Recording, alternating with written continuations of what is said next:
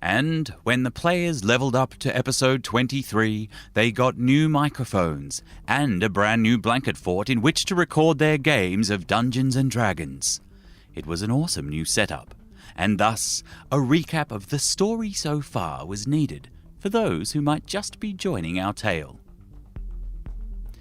The protagonists of our story, those mostly fearless and intrepid adventurers who would meet and later come to be known as the Tight Five, are Snatch, a halfling rogue, Oriki's Song, a tiefling bard, a Goliath barbarian named Brackeye, a human fighter and cleric by the name of Thandor, and Alan Aeon Aeron, an Asamar sorcerer of Helm.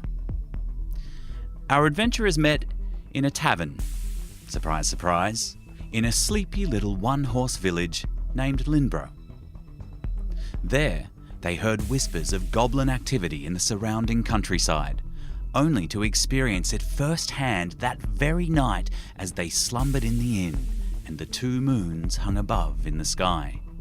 During the goblin attack, the village was razed to the ground and the villagers kidnapped.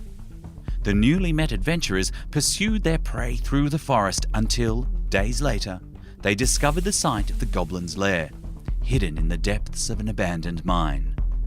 Deep within, the heroes stumbled across a dark ritual involving child sacrifice, a solar eclipse, blood magic, and a devilish transformation. Their enemy escaped as the mine collapsed upon them, and the heroes barely escaped with their lives. Onwards to the nearby city of Greymead to seek out the city's ruler and report what they had seen. Lady Verisal, impressed with the Tight Five, asked them to investigate other strange goings-on further to the north.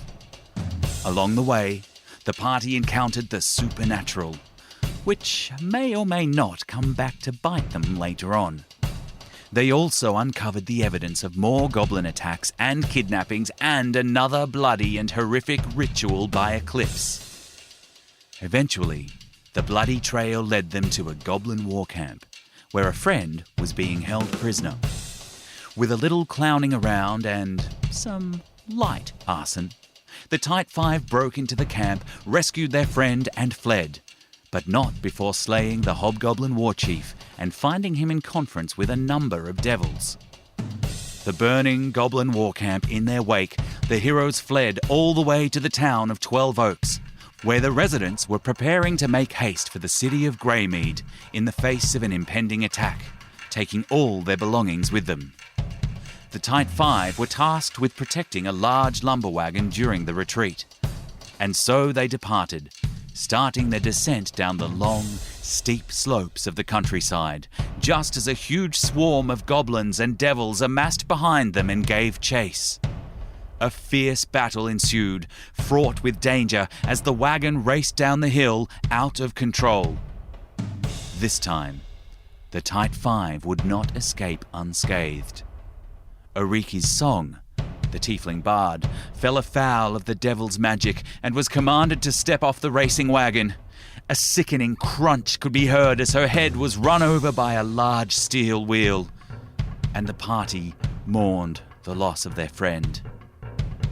And so it is, on such a dark and tragic note, that you are now caught up with events, and so must bravely go on to listen to Chapter 23.